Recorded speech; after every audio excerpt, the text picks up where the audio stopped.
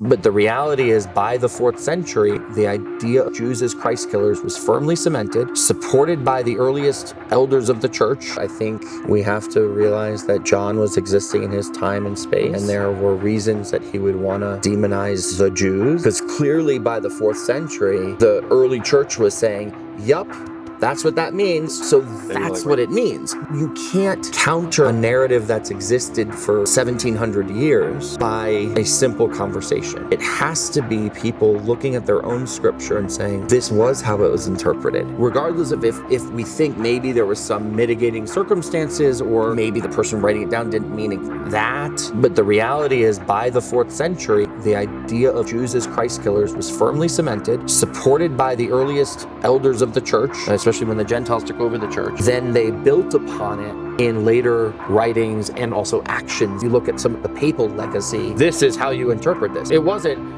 well, the Jews are pretty nice. No, it was, they are spawn of Satan, early popes who said such things and wrote such things. When you look at the motival building blocks, you can find them in the Christian scripture. And you put those together, and then you see how things played out, those motifs, and it lends itself to the establishment by the 4th century of Jews as Christ killers. And then you see the next 14 centuries before you really get significant challenge to that. It basically became part of Christian culture.